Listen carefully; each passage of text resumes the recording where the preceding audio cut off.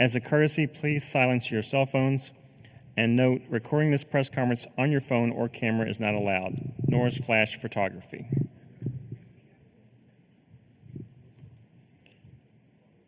We are joined now by Auburn student athletes Dylan Cardwell, Denver Jones, and Tahad Pettiford.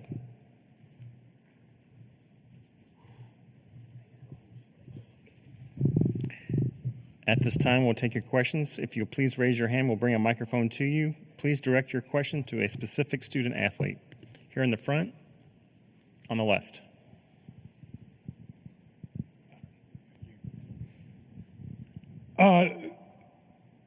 For Dylan, we hear talk a lot about not playing hard enough or not having enough intensity. Knowing that everybody out there wants to play hard and wants to win, what exactly does that entail, do you think?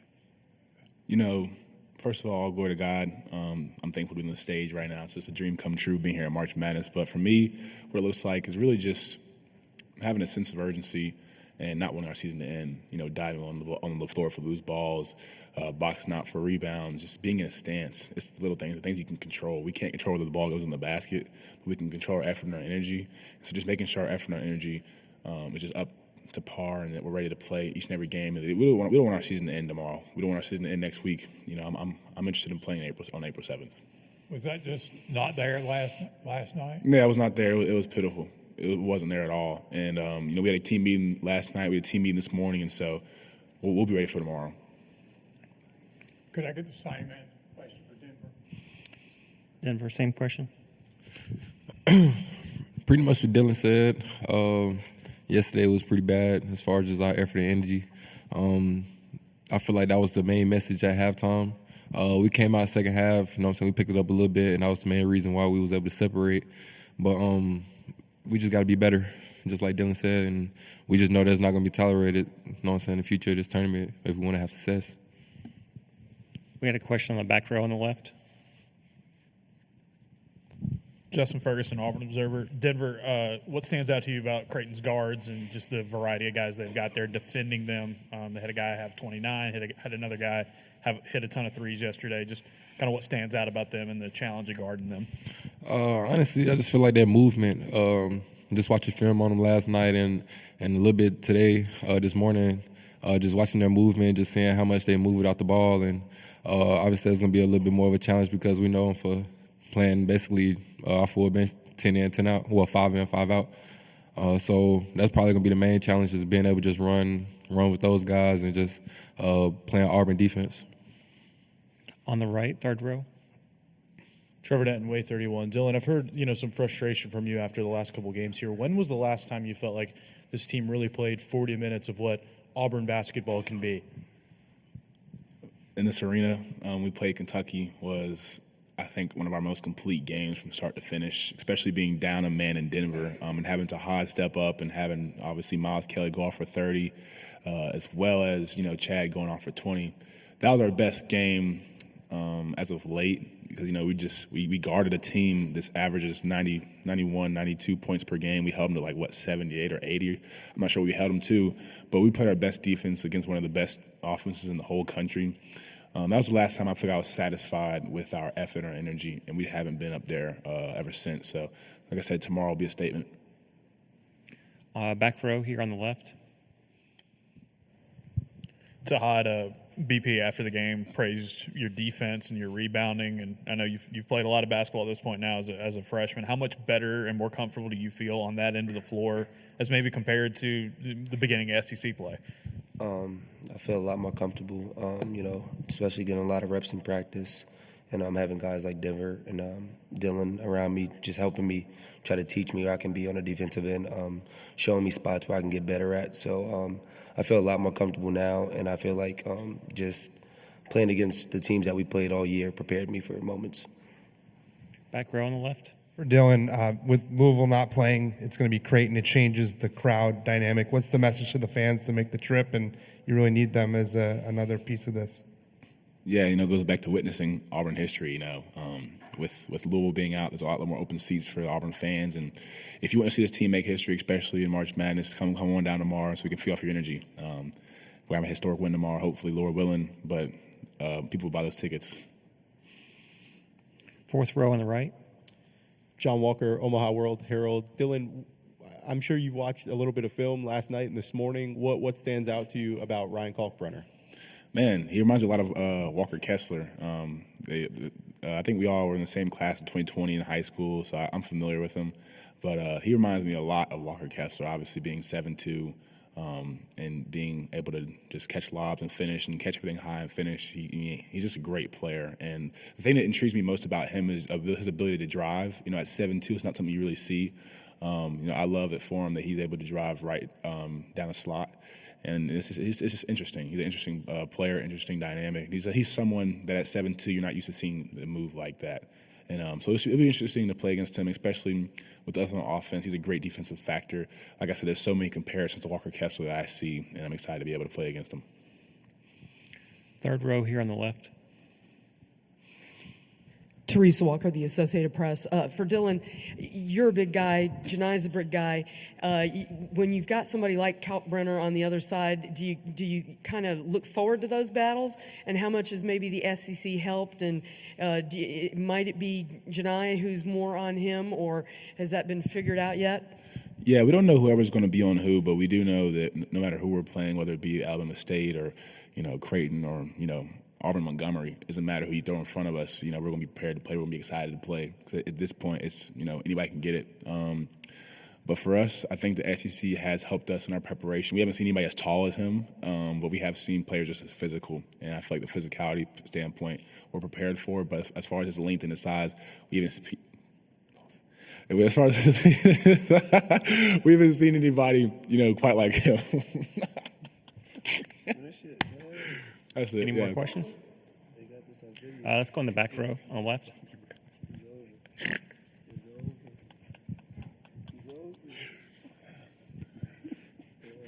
For Denver, once you recover, just Miles picking up right where he left off the last time y'all were in Rupp, hitting all those threes early. He tied a Auburn tournament record yesterday hitting threes. Just how much of a benefit is that or a boost to that in the offense? That you've got a dude who's just been locked in this building when it comes to shooting the ball.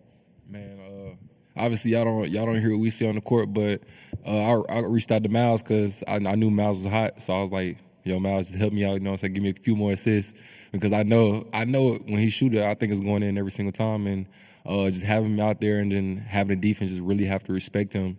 It's opened up really a lot for everyone else. I feel like it just opens up a lot for us guards and it opened up a lot for the bigs down low. So it's really important that when he's hot, he could do anything and we can do anything. Up front here on the left. Todd, I'm sure you haven't had many games like the Tennessee game probably in your life. How important was it for you to come out here yesterday and have a good game and kind of wash away the taste of that game? It was very important, just knowing how much of a factor I am to the team and just not being able to produce and be productive for my team in a game like that and not help us win really hurt a lot. So I wanted to make sure, something like that, and I didn't feel that type of pain again. Other questions? Great. Appreciate your time, guys. Thanks so much.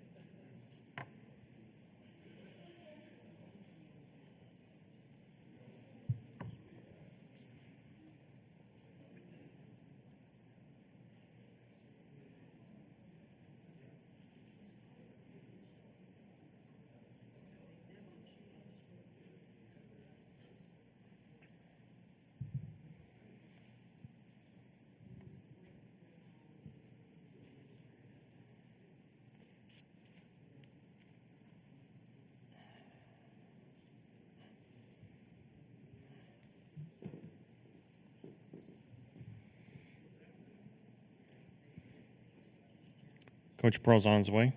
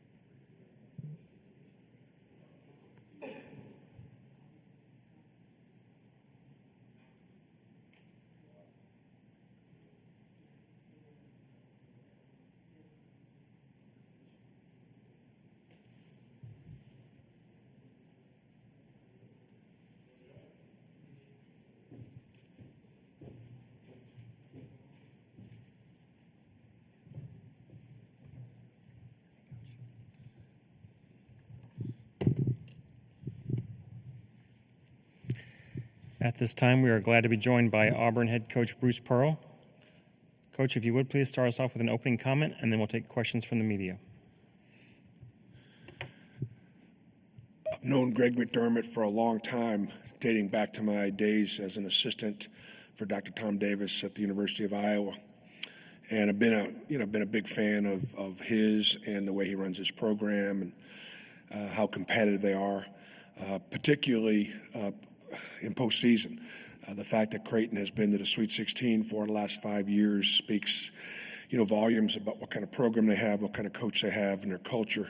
I'd love to have a week to get ready for them because they do so many good stuff, so much good stuff that I think I would enjoy learning.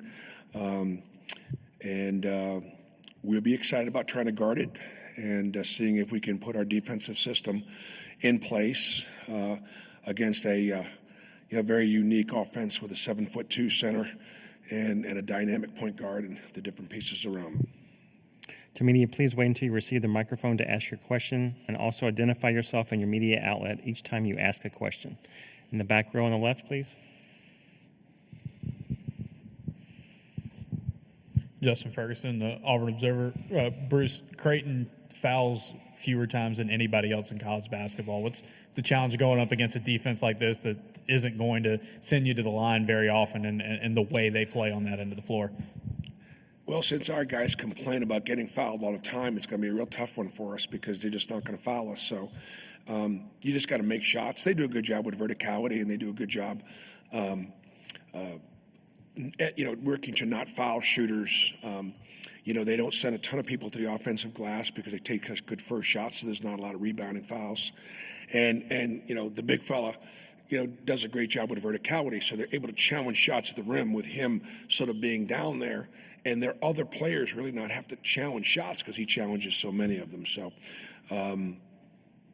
it just means our first shot offense has got to be really, really good. And I guess for us, we're pretty efficient offense, and we don't rely on the foul line like many teams do to score points. I think we get about 17 or 18% of our scoring from the free throw line, so it's not something we rely on. So it's a good thing for us. Back row on the left.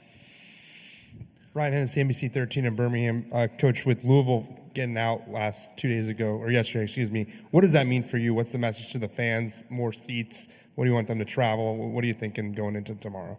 Well, I don't want our fans to wait thinking that Atlanta is an automatic, because it's not.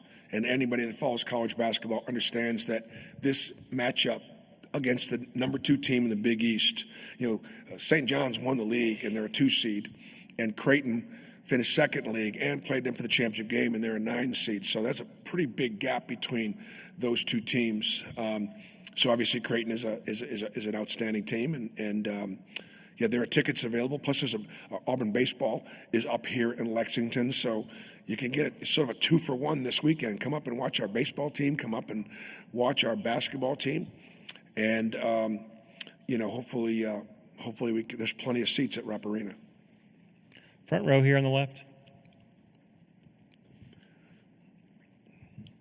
Bruce, Philip Marshall, Auburn 247 Sports. There's been a lot of talk since yesterday about effort and energy and those things, and knowing that when players are on the court that they want to play hard and they want to win. Can you what that really entails? Yeah. And how it happens? Yeah, it's we've all talked about it. I talked about it in my post game. Stephen talked about it in the radio post game. Dylan Cardwell talked about it. What we do does not work without tremendous effort and energy. It's not that our guys didn't have effort and energy. It's just that you would say, and I don't mind saying this, that on most nights, Auburn is going to play harder than their opponent. Many people have said it. I insist upon it. But it doesn't always happen. And so one of the things we try to send a message to our guys yesterday is, look, what we do is not going to work unless we are put forth just a different level. Like, for example, in covering Creighton, they're going to play 5 or 6 guys who are in the best shape of their lives, and they're going to go forever. And they play really, really hard. And if we don't match that, we're not going to be successful. So it was a calling out, and we call each other out all the time. We hold each other accountable. It wasn't that we didn't have effort and energy. We just didn't have the kind of effort and energy that we're used to playing with and that we need to play with. On the right, third row. Trevor Denton, Way 31. Just going off of that, after those call-outs, like how was the mood from the locker room today as you get ready to attack the next challenge here in Creighton?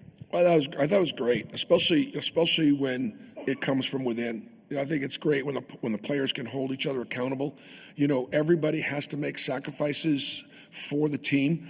What are those sacrifices? The sacrifices are going to your strengths and staying away from your weaknesses, playing unselfishly on the offensive end, which we have all season long. If you look at our offensive efficiency numbers and our assist turnover ratio, and we do a great job of sharing it. That's got to continue to be the case, but just not taking plays off on the defensive end. So I thought the guys are in a good space.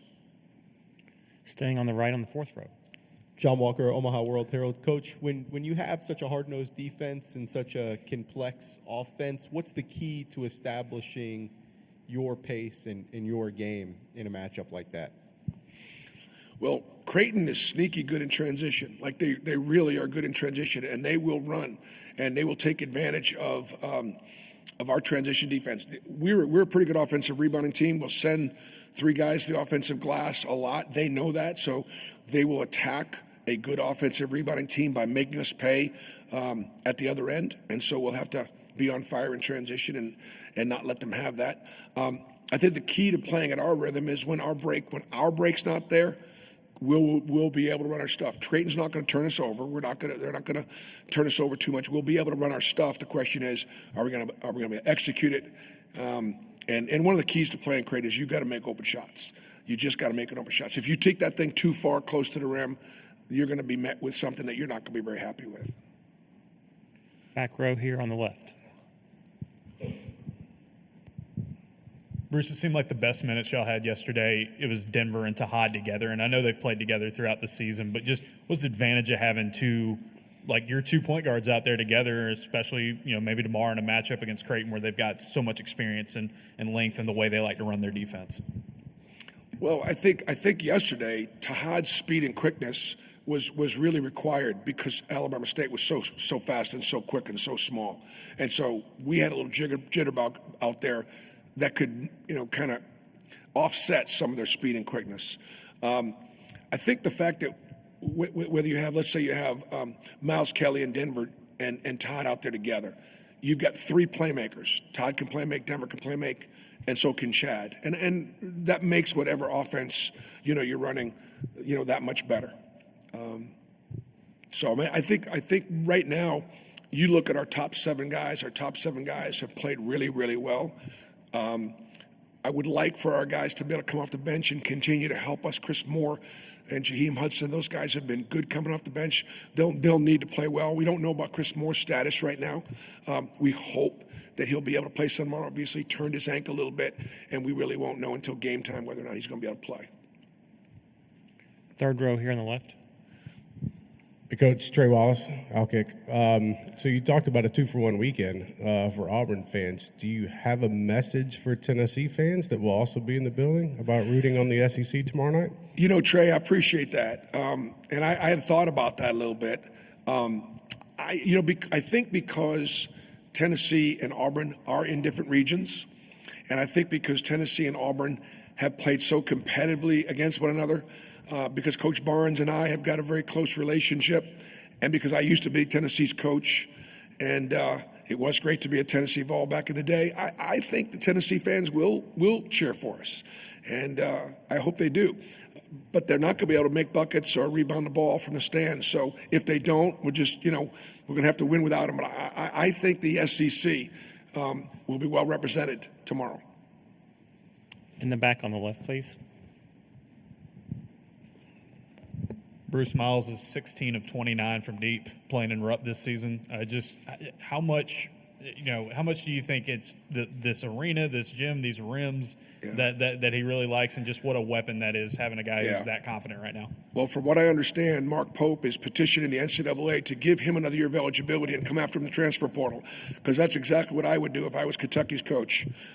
He's loving what he's seeing. And so, we'll get Miles open and he'll bang shots. So, there are two things right now at play. One, I was really happy for our guys because, only 4 guys on my team have won an NCAA tournament game. 3 at Auburn, Chris Moore, Chani Broome, and Dylan Cardwell. And then JP had won one at Furman. The rest of the team have not won an NCAA tournament game, okay? We got to the Final Four in 2019, but since that time, we haven't been to the second weekend. And so none of our guys have been past this moment right now. We got a huge obstacle in our way in Creighton. But I was happy for the guys to get the one they got, and obviously be really happy for us if we can make it to Atlanta, because it'll be the first time for almost all of us. Anything else for Coach? Great. We appreciate your time.